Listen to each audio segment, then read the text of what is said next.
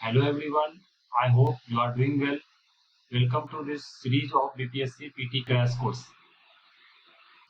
जैसा कि हम लोगों ने प्रीवियस लेक्चर में आपको फिजिक्स टॉपिक्स में बहुत सारे जो टॉपिक्स थे उन टॉपिक्स का हमने अच्छे से डिस्कशन कर लिया था। जैसे कि आप मेजरमेंट्स की बात करें, यूनिट्स की बात करें, उसके बाद हमने मोशंस, एनर्जी, इस टॉपिक्स के इस जितने भी ये टॉपिक्स थे वो टॉपिक के बारे में हमने डिस्कशन कर लिया था। तो आज हम लोग शुरू करते हैं एक नए टॉपिक से जो आपको ये फिजिक्स का ही टॉपिक्स है। इस टॉपिक्स का आपको नाम है मोशन अंडर ग्रेविटी। तो इसमें हम लोग बात करेंगे आपको जो ग्रेविटी के बारे में, इसमें बात करेंगे आपको प्लैनेट्स मोशन के बारे में, जो इसमें केपलर्स लॉ है उस केपलर्स लॉ के बारे में बात करेंगे। तो आइए शुरू करते हैं इस मोशन अंडर ग्रेविटी टॉपिक को। तो सबसे पहले जो इस टॉपिक्स में आपको जो नोट्स दिया गया हो मोशन ऑफ प्लैनेट्स, तो आप यहाँ देख सकते हैं यहाँ पर आप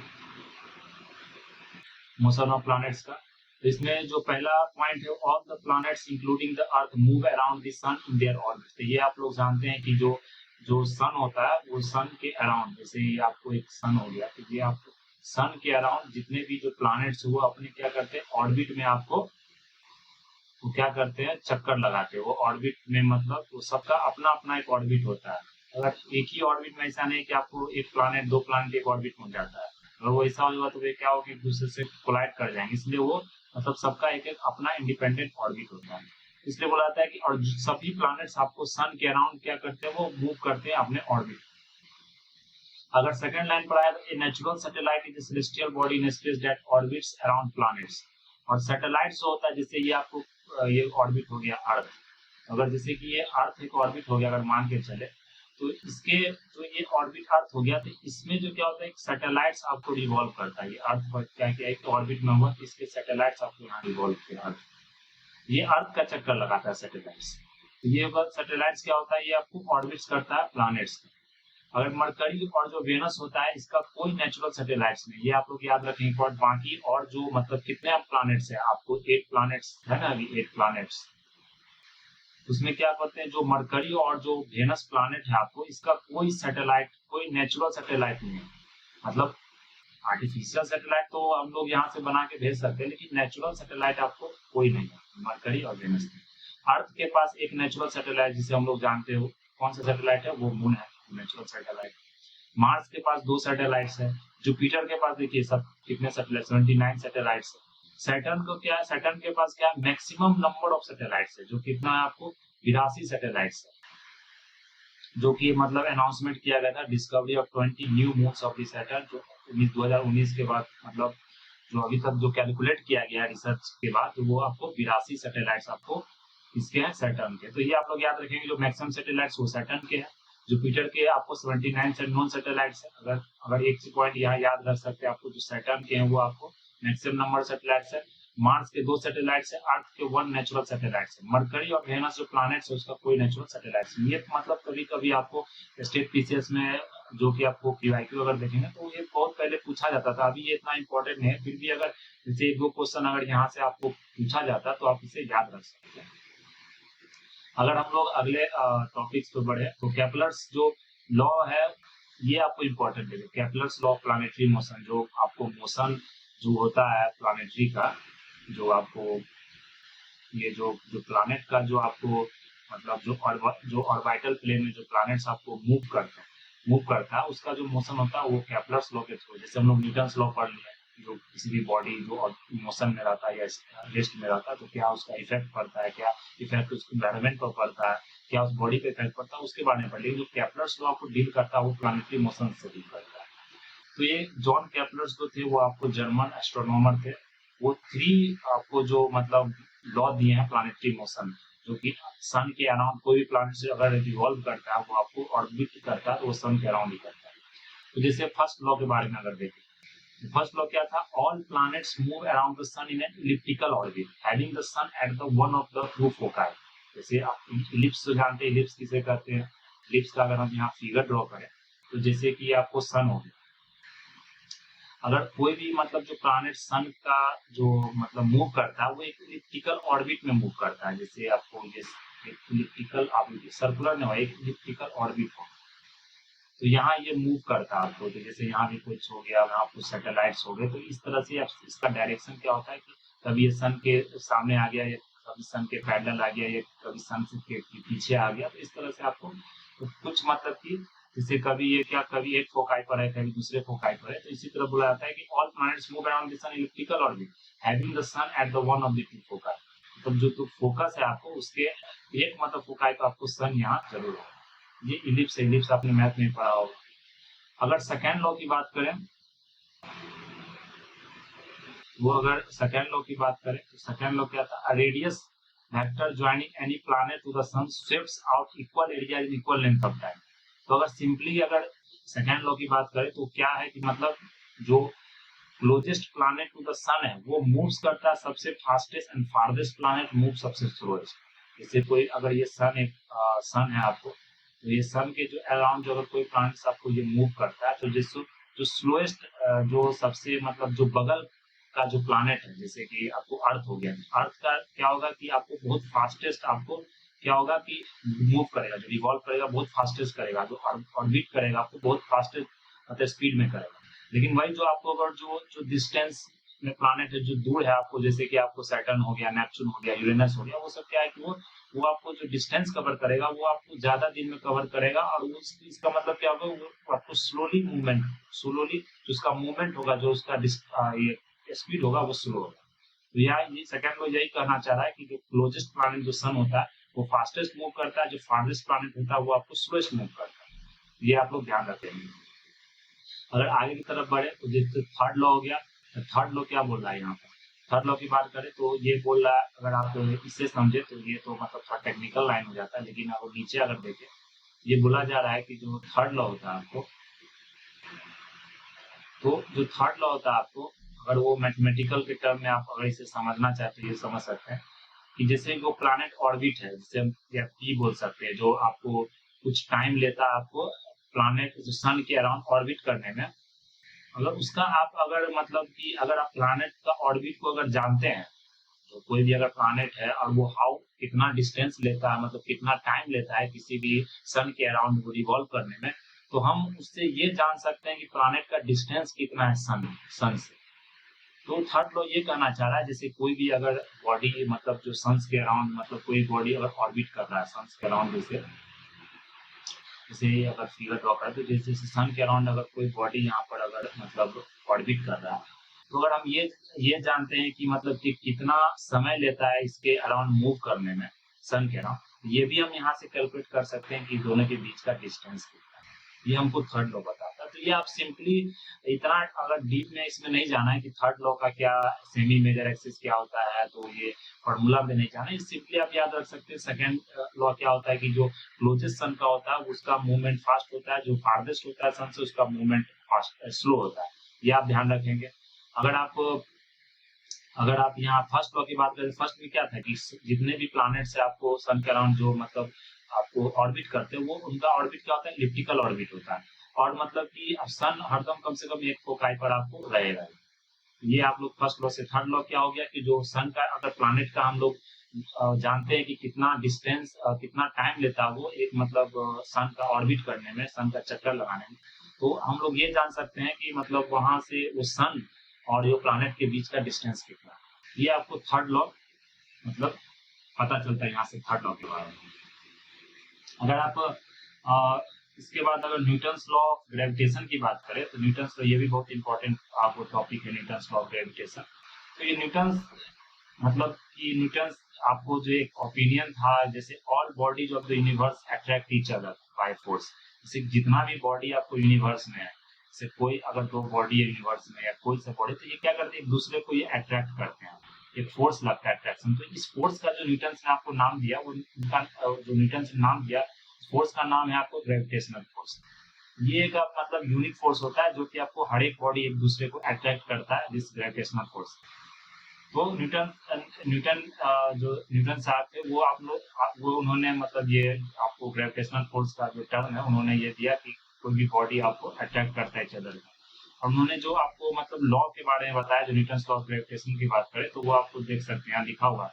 कोई भी attracting force between two objects वो डायरेक्टली क्या होता है, प्रोपोर्शनल होता है product of their masses inversely proportional to square of distance between their centres. जैसे कि जो कोई भी अगर आपको ग्रेविटेशनल जो फोर्स होता है वो क्या होता है, आपको यहाँ जी हो गया, कोई भी बॉडी हो जैसे M1 बॉडी हो गया M2 बॉडी हो गया, बटा जो दोनों के बीच का अगर डिस्टेंस r माने तो ये r स्क्वायर हो गया। तो ये क्या हो गया, ये आपको डिस्टेंस हो गया कोई भी दो बॉडी का, जैसे एक बॉडी है M1 मान सकते हैं, ये बॉडी आप M2 मान सकते हैं। एंड इस दोनों बीच का जो ये आपको फोर्स है, ये दोनों जो अट्रैक्ट कर रहा है, इसका हम ग्रेविटेशनल फोर्स कैसे निकालेंगे वो फॉर्मूला है। तो ये दोनों बीच का जो अट्रैक्शन जो डायरेक्टली प्रोपोर्शनल हो गया मास of the objects, inversely proportional हो गया square of the distance between their centres. ये सेंटर से जो डिस्टेंस दिया गया उसके इनवर्सली प्रोपोर्शनल, ये हम लोग यहाँ देख सकते हैं मैथमेटिकली। अब ये अगर ये आप देखें तो क्या है, F equal to M1 into M2 upon R square. और ये G क्या हो गया, G आपको अगर आप ये मतलब जो प्रोपोर्शनल जो साइन है इसको अगर आपको हटाना चाह रहे हैं तो यहाँ पे G क्या कि ग्रेविटेशनल कांस्टेंट लिया है। ये ग्रेविटेशनल कांस्टेंट इसे बुलाया जाता है, जो G है उसे ग्रेविटेशनल कांस्टेंट बोला जाता है। और ये जो G का जो आपको मतलब तो जो ये आपको जो G का जो आपका मतलब जो G होता है वो ग्रेविटेशनल कांस्टेंट होता है। तो यहाँ पर आप देख सकते हैं अगर आप मास जो है यूनिट मास लिए 1 लिए, डिस्टेंस लिए आपको यहाँ पे यूनिट लिए, तो क्या हो गया, जो ग्रेविटेशनल फोर्स है वो ग्रेविटेशनल कांस्टेंट के बराबर हो गया। तो ये आपको यहाँ ध्यान रखना है। अगर SI सिस्टम की बात करें तो जो ग्रेविटेशनल कांस्टेंट का जो वैल्यू होता है ये आपको फॉर्मूला पुट करने में बहुत मदद करता है, लेकिन आप इसे यहाँ तो किसी तरह का कोई इक्वेशन सॉल्व तो करना नहीं है, तो इसलिए आप सिंपली अगर याद रखें तो एक मतलब ये आपको मतलब जो फैक्ट है इसे याद रख सकते हैं 6.67 को 10⁻11 न्यूटन मीटर स्क्वायर पर केजी स्क्वायर। क्योंकि अगर ये आपको यहाँ पर अगर आपको जी कैलकुलेट करना है तो जी क्या हो जाएगा, आपको यहाँ पर जी हो जाएगा फोर्स हो गया, और ये ऊपर आपको R स्क्वायर आ जाएगा जो आपको डिस्टेंस बिटवीन देना M1 M2 आ जाएगा। इसी से आप पता कर सकते हैं क्या हो गया, आपको फोर्स हो गया न्यूटन, R क्या हो गया डिस्टेंस हो गया, तो डिस्टेंस में हम क्या कर सकते हैं मीटर स्क्वायर है ऊपर आ गया, और ये जो नीचे आपको ये जो केजी स्क्वायर है, ये केजी स्क्वायर क्या हो गया नीचे, ये आपको केजी स्क्वायर हो गया -2 इसलिए है कि ऊपर चला गया तो -2 हो जाएगा, तो ये क्या हो जाएगा mass into mass KG square हो गया। इस तरह से आप इसे मतलब कि इसका जो ये आपको यूनिट है इसे निकाल सकते हैं। और ये जो ग्रेविटेशनल कांस्टेंट ये फर्स्ट कैलकुलेट किया गया था साइंटिस्ट कैवेंडिश के द्वारा, ये आप लोग ध्यान में रखें। अगर आगे बात करें तो जो ग्रेविटी और ग्रेविटेशनल एक्सीलरेशन क्या होता है,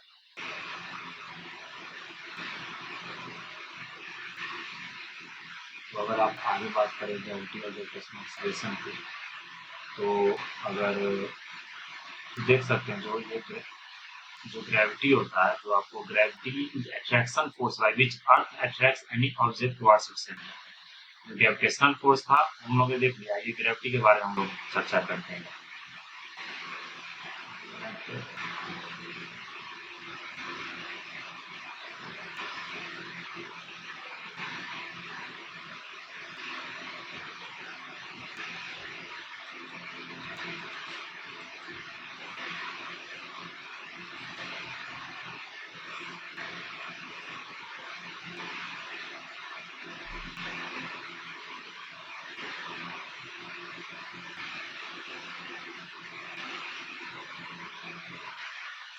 तो ये जो आपको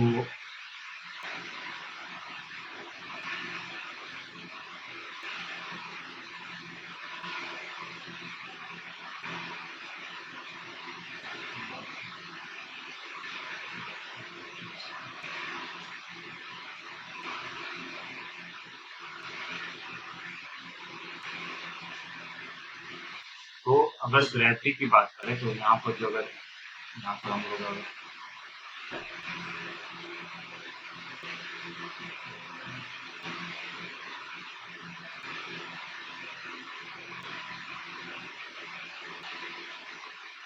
तो यहाँ पर ग्रेविटी की बात करें तो ग्रेविटी और ग्रेविटेशनल एक्सीलरेशन क्या होता है, ग्रेविटी क्या होता है, ग्रेविटी आपको अट्रैक्शन फोर्स है जो कि मतलब अर्थ जब अट्रैक्ट करता है कोई भी ऑब्जेक्ट को अपने सेंटर की तरफ, उसे हम लोग ग्रेविटी करते हैं।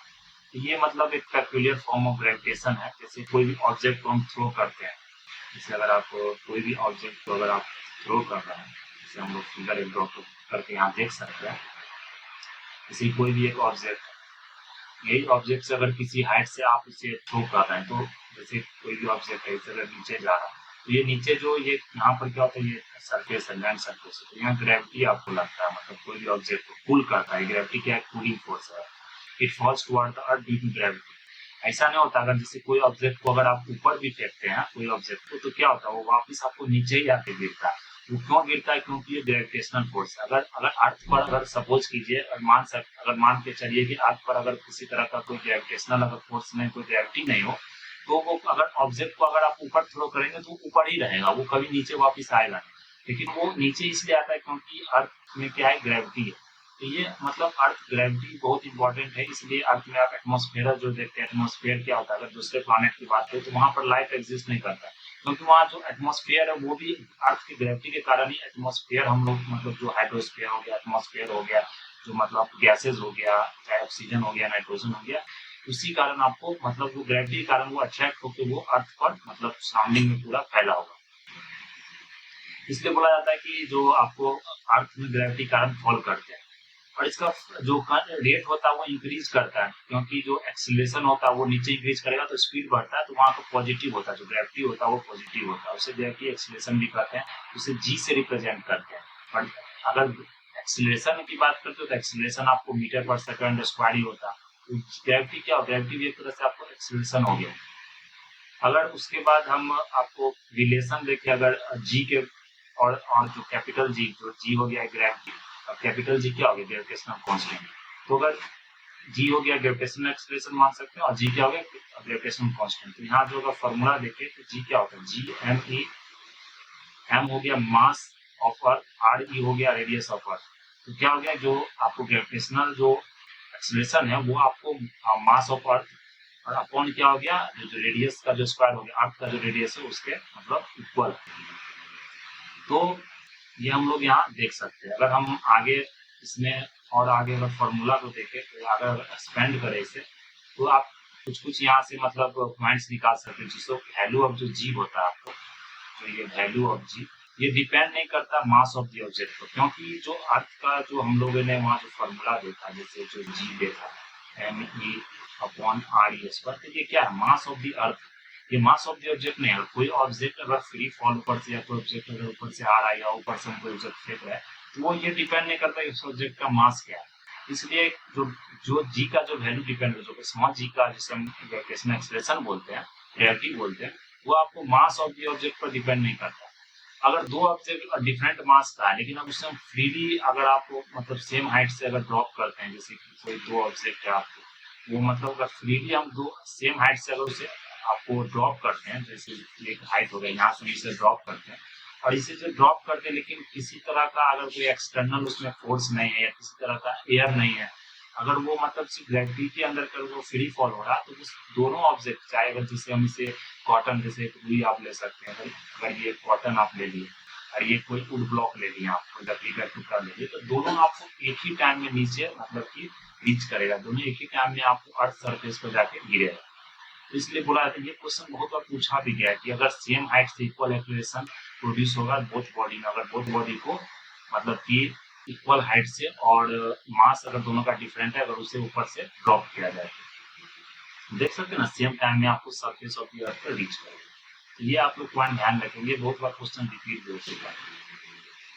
पर आगे बढ़े, लेकिन अगर जब प्रेजेंस, एयर का प्रेजेंस आ जाएगा, या किसी तरह का आपको फ्रिक्शन आ गया, या किसी तरह का जैसे एटमॉस्फेरिक प्रेशर आ गया, तो वहां पर ये डिपेंड करेगा कि आपको अगर बॉडी भारी है तो वो सबसे पहले गिरेगा। ये तो कॉमन सेंस की बात है, ये आप लोग मतलब जो रियल जो लाइफ है, जो डे टू डे लाइफ में चीज को ही देखते हैं, जो भारी होती है तो वो जल्दी गिरता है, जो हल्का ऑब्जेक्ट है वो धीरे गिरता है।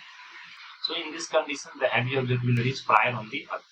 अगर वैल्यू ऑफ जी देखें तो वो डिफरेंट प्लेसेस ऑफ अर्थ पर डिफरेंट वैल्यू उसका होता है। जैसे कि आपको जो जी होता है वो सबसे मिनिमम होता है इक्वेटर पर, ये आप ध्यान रखेंगे, यहाँ कंफ्यूज नहीं करेंगे कि इक्वेटर को होता है पोल्स, क्योंकि इक्वेटर आपको कोरियोलिस पोल्स का एब्सेंस होता है, और मैक्सिमम होता है आपको पोल्स पर। इसलिए ये बात करेंगे हम आपको क्या बोलते हैं, पोल्स की, पोल्स को मिनिमम मैक्सिमम होता है, और इक्वेटर पर आपको मैक्सिमम, पोल पर मैक्सिमम होता है, इक्वेटर पर आपको मिनिमम होता है, ये आप ध्यान रखें।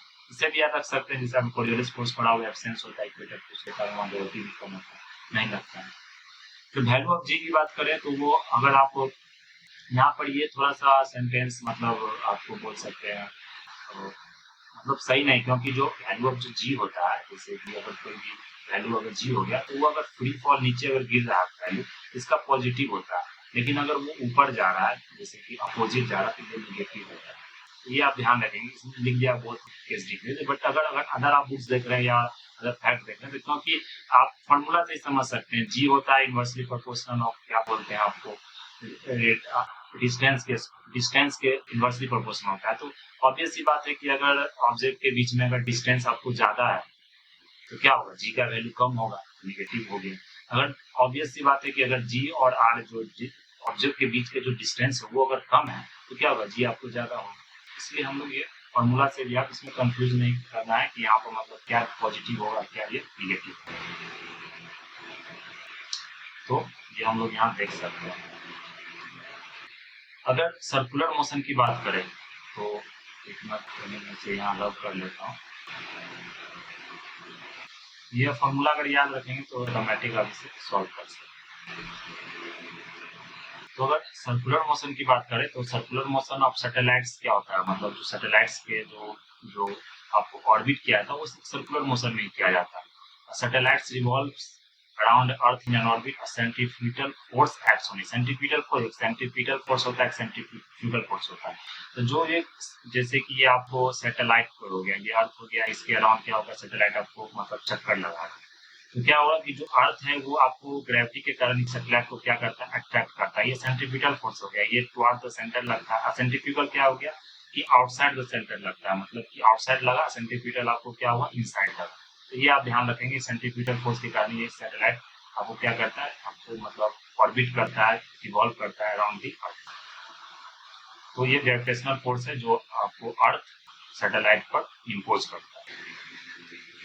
और अगर देखिए आपको सैटेलाइट में अगर मास की बात करें तो ये आपको फॉर्मूला इतना मतलब डीप में नहीं जाना है। तो यहाँ पर अगर ये आप याद रखेंगे तो ये जैसे कोई भी सैटेलाइट हो गया, satellite of A mass m orbiting around the earth with radius r and u is speed, centrifugal force and satellite v। Centrifugal force क्या होगा, मास इनटू आपको क्या हो गया यहाँ स्पीड ऑफ जो सैटेलाइट का जो स्पीड है बट्टा जो मतलब आपको अपॉन क्या हो गया r, तो रेडियस हो गया, डिस्टेंस हो गया, रेडियस हो गया, इसी तरह से जा सकते हो। तो ये फॉर्मूला एक निकल के आता है, ये पहले भी हम लोग देख लिए। ये आपका यहाँ पर फॉर्मूला। अब हम लोग यहाँ पर आपको स्केल वेलोसिटी की बात करते हैं। ये भी एक इम्पोर्टेंट आपको टॉपिक है, स्केल वेलोसिटी। स्केल वेलोसिटी की बात करें, जैसे कि क्या होता है कि कोई भी ऑब्जेक्ट को हम अगर थ्रो कर रहे हैं, कोई भी ऑब्जेक्ट को अगर थ्रो कर रहे हैं ऊपर की तरफ, तो वहां क्या होता है कि वो ऑब्जेक्ट फिर वापस आपको नीचे ही आके गिर जाता है। जैसे हम थ्रो किए अर्थ से किसी ऑब्जेक्ट को, तो क्या होगा कि वो अर्थ पर आके गिरेगा। लेकिन अगर एक स्केल वेलोसिटी होगा, अगर उस वेलोसिटी से हम कोई भी ऑब्जेक्ट को अगर अपवर्ड थ्रो करते हैं, ऊपर की तरफ थ्रो करते हैं, तो वो कभी वापस ही नहीं आएगा, वो आपको स्पेस में चला जाएगा, वो एस्केप कर जाएगा अर्थ के ऑर्बिट से। इसे हम एस्केप वेलोसिटी कहते हैं इसको, एस्केप वेलोसिटी। जैसे हम अगर आपको जैसे ये देखिए, generally we throw an object above, तो क्या होता है कि कुछ डिस्टेंस पर जाके वो क्या होता है कि आपको अर्थ के ग्रेविटी के कारण वो आपको अर्थ सरफेस पर आता है। लेकिन एस्केप वेलोसिटी एक मिनिमम स्पीड होता है जो कि आपको फ्री ऑब्जेक्ट को एस्केप कराने के लिए, मतलब कि आपको अर्थ सरफेस से, जो अर्थ का जो ऑर्बिट है उससे, और वो कभी भी अर्थ पर रिटर्न नहीं करता, back on the earth never returns, उसे क्या कहते हैं, एस्केप वेलोसिटी कहते हैं। तो जो काइनेटिक एनर्जी रिक्वायर्ड होता है एस्केप वेलोसिटी में, मतलब उसे हम एस्केप एनर्जी कहते हैं। क्योंकि अगर किसी भी मास किसी बॉडी को थ्रो करे तो एनर्जी तो रिक्वायर्ड होगा, मूवमेंट से रिलेटेड है, मोशन से रिलेटेड, तो वो काइनेटिक एनर्जी होगा। तो अगर इसके वेलोसिटी का आप फॉर्मूला देखें, इसके वेलोसिटी का फॉर्मूला देखो तो क्या होता है, रूट अंडर 2g_m_e_r। m हो गया रेडियस, r हो गया रेडियस ऑफ अर्थ, m हो गया मास ऑफ द अर्थ, और g क्या हो गया, ग्रेविटेशनल कांस्टेंट हो गया। तो इससे क्लियर है, इसके वेलोसिटी आपको मास ऑफ द ऑब्जेक्ट पर डिपेंड नहीं करता। ये आप ये चीज ध्यान रखेंगे, क्योंकि यहाँ से ये आपको फॉर्मूला तो नहीं पूछते हैं मतलब, लेकिन ये पूछ देंगे कि जैसे gravity depends on the mass of the object or not, gravitational constant depends on the mass of the object or not, और इसके velocity depends on the mass of the object or not. तो ये आप अगर इसे आप मतलब एक स्लाइड बना के भी अगर लिख ले सीट में कि कौन कौन से मतलब जो आपको फिजिकल क्वांटिटी या कौन-कौन से जो ये आपको वेलोसिटी है या किसी तरह के जो फिजिकल आपको जो यूनिट है वो कौन-कौन डिपेंड करते हैं आपको इस पर क्या बोलते हैं मास ऑफ द ऑब्जेक्ट पर या नहीं डिपेंड करते, वो आप अगर लिख लेंगे तो ये याद रहेगा। It does not depend. अगर एक्सेलरेशन की बात करें, ग्रेविटेशनल जो एक्सेलरेशन जो अर्थ का होता है, वो अगर यहाँ पर देखें तो इस फॉर्मूला को अगर हम एक्सपेंड करें आगे, तो यहाँ पे क्या है G बराबर GME RE स्क्वायर। तो यहाँ अगर GME को इधर लेना है तो इतना हो गया, तो एस्केप वेलोसिटी यहाँ पे क्या हो गया, तो ये आप ये जरा करेंगे 2G RE radius of the अर्थ और ग्रेविटी। तो अगर ग्रेविटेशनल एक्सेलरेशन ये तो फॉर्मूला ये तो आप याद ही रखेंगे कि ये तो सिंपल है, आप 10th में पढ़े होंगे कि G बराबर 9 पॉइंट जो ग्रेविटी होता है, जो एक्सेलरेशन होता है उसका क्या वैल्यू होता है 9.8 मीटर पर सेकंड स्क्वायर, जो आपने इक्वेशन सॉल्व किया होगा। तो रेडियस ऑफ अर्थ तो ये सब जानते हैं 6.3 × 10⁻⁶ मीटर। तो अगर इसे दो वैल्यू को अगर आप इस इक्वेशन में पुट करते हैं तो क्या निकल के आता है, जो स्केप वेलोसिटी होता है, जो मिनिमम वेलोसिटी होता है किसी भी ऑब्जेक्ट को स्केप करने के लिए जो अर्थ स्पेस है, वो क्या होता है आपको यहाँ पे 11.3 मीटर होता है या 11.2 किलोमीटर पर सेकंड। अगर इतना किलोमीटर पर सेकंड के स्पीड से अगर किसी आप ऑब्जेक्ट को थ्रो करते हैं तो वो ऑब्जेक्ट कभी भी आपको रिटर्न होके अर्थ पर नहीं आएगा। अगर आप अर्थ से फेंक रहे हैं, पृथ्वी से किसी ऑब्जेक्ट को अगर फेंक रहे हैं आप, वो कभी रिटर्न नहीं, वो अलग ग्रह पर चला जाएगा, वो कभी आपको वापस पृथ्वी पर नहीं आएगा। तो ये इस पर मतलब सैटेलाइट आपको काम करता है, ये हम लोग आगे इसका एप्लीकेशन देखेंगे।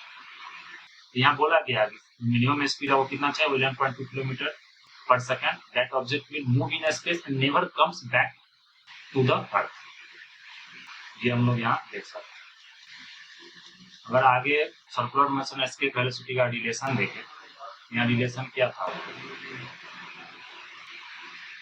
तो अगर circular motion of satellite revolving nearby earth is v0 and escape velocity of z, तो इतना फॉर्मूला में जाना नहीं, ये आप याद रखें। एस्केप वेलोसिटी और जो ये आपको जो अर्थ का जो सैटेलाइट का जो आपको मतलब मोशन होता है उसका वेलोसिटी, अगर ये आपको √2 इंटू v0 इसके अगर बराबर हो गया तो ये आपको इसके वेलोसिटी का फॉर्मूला है। यहाँ से ये क्लियर हो सकता है कि जैसे कोई सैटेलाइट अगर रिवॉल्व कर रहा है मतलब around the near the earth orbit if by reason that is speeds exceeded by √2, अगर √2 से या 1.414 टाइम्स अगर उसका स्पीड इंक्रीज कर रहा है तो वो क्या करेगा, वो स्केप कर जाएगा स्पेस में लिविंग इस ऑर्बिट। सैटेलाइट इसी तरह काम करता है। सबसे पहले अगर जैसे हम यहाँ फिगर्स अगर ड्रॉ करें, जैसे अगर हम यहाँ फिगर ड्रॉ करें, जैसे कि ये आपको मतलब अर्थ हो गया,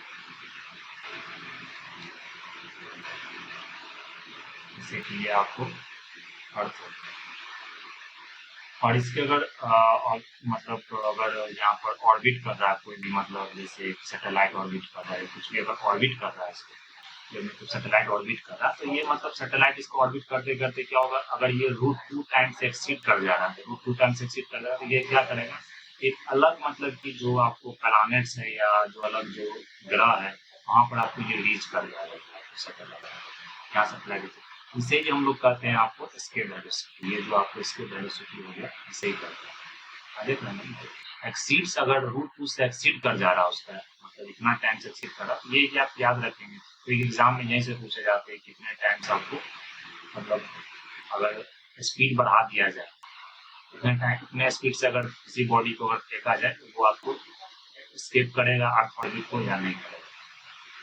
तो ये हम लोग यहाँ ध्यान रखते हैं। उसके बाद आते हैं पेंडुलम टॉपिक पर, जिसे सिंपल पीरियोडिक मोशन बोला जाता है। सिंपल पीरियोडिक मोशन क्या हो गया, जैसे कि कोई भी मतलब जैसे पेंडुलम आपने देखा होगा, पर पेंडुलम क्या होता है, जैसे सीधा थ्रेड होता है, ये थ्रेड अगर सीधा होता है और थ्रेड का कोई मास नहीं होता, ये सिंपल इसे पेंडुलम बोलते हैं। ये क्या हो गया कि कभी भी ये आपको इधर गया ये पूरा इधर ही जाएगा, मतलब यह इधर गया, इसे पेंडुलम कहते हैं। मतलब एक ही यहाँ से यहाँ ट्रेवल किया डिस्टेंस, फिर यहाँ आया अपने पोजीशन में, फिर यहाँ से यहाँ ट्रेवल, इसे क्या कहते हैं, सिंपल पेंडुलम कहते हैं। ये इक्विलिब्रियम स्टेट में होता है, सिंपल पीरियोडिक मोशन भी कहा जाता है। ये स्प्रिंग और मतलब जो हैंड होता है इसे हम लोग क्या कहते हैं, आपको ये बॉब कहते हैं। ये क्या होता है, ये बॉब होता है, ये आपको थ्रेड हो गया। तो सिंपल पेंडुलम क्या हो गया, मास सस्पेंडेड बाय वेटलेस, जो थ्रेड होता है इसका कोई आपको वेट नहीं होता, कोई ये मासलेस होता है, ये थ्रेड होता है, इसे इसका कोई वेट नहीं होता, ये पॉइंट मास सस्पेंडेड और मास भी इसका नहीं होता है, ये पतला थ्रेड होता है। तो applied pendulum is the lab of A solid, ये ध्यान में रखना। अगर आगे देखें तो ये सॉलिड स्केल होता है मेटल का, जो बॉब जिसको बोला जाता है, ये सस्पेंड किया जाता है आपको इसी से, मतलब जो थ्रेड से होता है। तो यहाँ पर ग्रेविटी आपको लगता है क्योंकि ये आपको मतलब ग्रेविटी फील्ड काम करता है। तो इसका मतलब अगर फॉर्मूला आप देखें तो फॉर्मूला ज्यादा इंपॉर्टेंट है। पीरियोडिक मोशन का जो फॉर्मूला होता है, तो पीरियोडिक टाइम पीरियड का जो फॉर्मूला होता है, ये टी बराबर क्या होता है, टी बराबर 2 pi root under L upon G. इस फॉर्मूला से अगर आप इसका टाइम पीरियड निकाले तो एल क्या हो गया, length of the simple pendulum हो गया। जो पेंडुलम का आपको लेंथ है वो क्या हो गया, आपको एल हो गया। और जी क्या हो गया, ये ग्रेविटेशनल एक्सप्रेशन जिसको ग्रेविटी होते हैं, जो कि मतलब आपको 9.8 मीटर पर सेकेंड स्क्वायर होगा, ये कांस्टेंट टर्म है। तो यहाँ अगर ऊपर वाला फॉर्मूला से हम लोग यहाँ जो मतलब इम्पीडेंस निकाले तो यहाँ देख सकते हैं टाइम पीरियड ऑफ पेंडुलम क्या होता है, डायरेक्टली प्रोपोर्शनल क्या हो गया, under root of effective length. तो ये लेंथ है उसका क्या हो गया, डायरेक्टली प्रोपोर्शनल हो गया। तो क्या होता है, अगर जैसे पेंडुलम का जैसे रूट है, तो ये पेंडुलम अगर 4 टाइम्स इंक्रीज कर गया, जैसे ये अगर लेंथ आपको रूट अंडर 4 हो गया, तो यहाँ पर टाइम पीरियड क्या हो जाएगा, रूट हटा दिए 2 टाइम्स हो जाएगा, इसलिए क्या हो गया पीरियोडिक टाइम, क्योंकि डायरेक्टली प्रोपोर्शनल है तो ऑटोमेटिकली ये आपको रूट अगर हट गया तो 2 टाइम्स हो जाएगा। तो ये क्वेश्चन पूछा गया, ये आप फॉर्मूला ध्यान में रखेंगे, ये फॉर्मूला है बहुत इंपॉर्टेंट फॉर्मूला। अगर टाइम पीरियड की बात करें तो ये इनवर्सली प्रोपोर्शनल होता है ग्रेविटेशनल एक्सेलरेशन के। इसी के लिए अगर जैसे कि अगर आपको मतलब जैसे आप पेंडुलम को कैरी किए, घड़ी को या पेंडुलम वाला घड़ी को अगर कैरी किए आप किसी भी मतलब हाइट पर क्या होता है कि ग्रेविटी आपको डिक्रीज करता है। तो ग्रेविटी अगर डिक्रीज कर गया तो टाइम पीरियड बढ़ जाएगा। अगर टाइम पीरियड बढ़ गया तो क्या होगा, ग्रेविटी डिक्रीज किया, टाइम पीरियड बढ़ गया तो आपको घड़ी जो होगा स्लो हो गया, मतलब टाइम जो होगा स्लो हो जाएगा वहाँ, इसलिए घड़ी वहाँ पर स्लो हो जाती है। ये एप्लीकेशन पार्ट आपको पूछा जाता है एग्जाम, इससे आप याद रखें वैल्यू ऑफ जी डिक्रीज करता है या इंक्रीज करता है। तो यहाँ देख सकते हैं मतलब जो सिंपल पेंडुलम का जो अगर लेंथ हम अगर इंफिनिटी की तरफ बढ़ा दे तो इसका 4.6 मिनट्स में मतलब टाइम पीरियड होगा। ये मैक्सिमम लिमिट है सिंपल पेंडुलम। सेकंड पेंडुलम बोला जाता है जिसका टाइम पीरियड आपको प्रिसाइजली 2 सेकंड्स होता है, उसको सेकंड पेंडुलम बोला जाता है। तो जो इम्पोर्टेंट पार्ट था वो हमने देख लिया। अब हम लोग इसमें क्वेश्चन बैंक देख ले, जो PYQ में क्या क्या क्वेश्चन पूछे गए आपको इस टॉपिक से। तो देखिए सबसे पहला जो क्वेश्चन था आपको, Newton declaring that all things gravitational to the earth, ये आपको ब्रह्मगुप्ता, ये आप मतलब वो among the following anticipated Newton by declaring that all things gravitated to the, ये आप लोगों ने पढ़ा होगा मतलब हिस्ट्री उसके टॉपिक में, जहाँ पर ग्रेविटेशनल का बात कर सकते हैं। तो वहाँ बहुत सारे फिलोसफर भी हैं जो बहुत पहले इस चीज को बोल चुके थे, जैसे प्रणत के बारे में पढ़ेंगे तो वो आप लोग हिस्ट्री में डिस्कस पढ़ा होगा। जैसे यहाँ पर दे सकते हैं थ्योरी ऑफ ग्रेविटी कौन दिए, थ्योरी ऑफ ग्रेविटी न्यूटन साहब ने यहाँ पर दिए। आप यूनिवर्सल लॉ ऑफ ग्रेविटेशन क्या होता है, ये भी आपको न्यूटन साहब ने यहाँ पर दिया है। इस तरह का क्वेश्चन आप यहाँ देख सकते हैं। अगर आप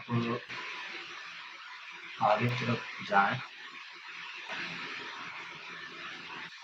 तो यहाँ देखिए वो दिया ना, the distance between the earth and the sun were twice what it is now, the gravitational force exerted by earth by the sun would be क्या होगा 1/4 of what it is known what it is now.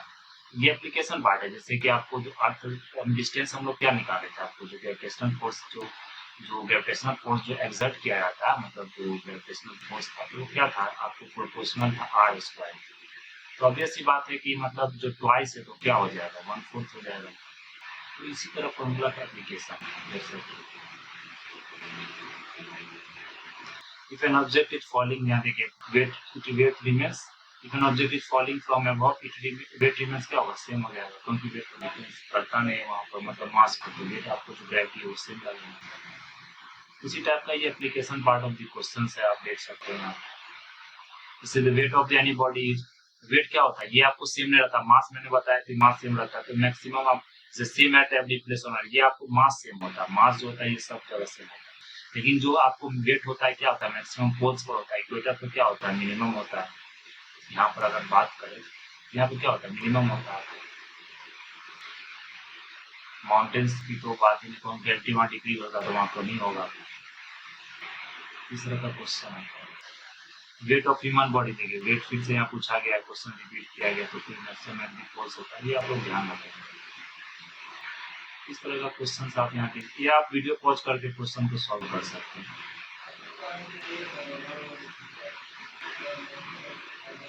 Destructive earthquake और ये तो बहुत सारे question है इसमें। तो पीसीएस का क्वेश्चन इसलिए ले रहा हूँ क्योंकि वहाँ पर क्या होता है, वही क्वेश्चन आपको कभी मतलब यूपीसीएस में पूछा जा रहा है, कभी स्टेट पीसीएस, कभी छत्तीसगढ़ का स्टेट पीसीएस में, तो कभी यूपीएससी का। ये क्वेश्चन सेम ही रहते हैं, कभी उस पीसीएस से कभी ये पीसीएस, इसी तरह क्वेश्चन पूछे जाते हैं। टाइम पीरियड से पेंडुलम की बात करें, पेंडुलम हमने देखा तो वो लेंथ पर डिपेंड करता है, मास पर डिपेंड करता है, वो लेंथ पर डिपेंड 2π√L/G में देखा ना, तो ग्रेविटी पर डिपेंड करता है और मास पर डिपेंड नहीं करता। नहीं, तो ये आप लोग ध्यान रखेंगे, मास पर कौन कौन सा बॉडी डिपेंड नहीं करता। जैसे यहाँ देख रहे पेंडुलम आपको यूजुअली लूज समर टाइम में क्यों लूज हो जाता है, मतलब जो usually lose time in summer, क्योंकि क्या होता है कि जो length of the pendulum increase करती है, क्योंकि गर्मी के कारण क्या होता है कि उसका जो लंबाई है वो बढ़ जाता है, पेंडुलम का जो ये रस्सी का लंबाई है आपको बढ़ जाता है। इसी कारण क्या होता है कि इसका लंबाई बढ़ गया तो डायरेक्टली प्रोपोर्शनल है, तो क्या हो गया, इंक्रीज कर गया, तो टाइम पीरियड आपको क्या करेगा, डिक्रीज करेगा, मतलब टाइम पीरियड डिक्रीज किया तो वो आपको टाइम बढ़ गया, इसीलिए इससे मतलब बोला जाता है increasing the time period in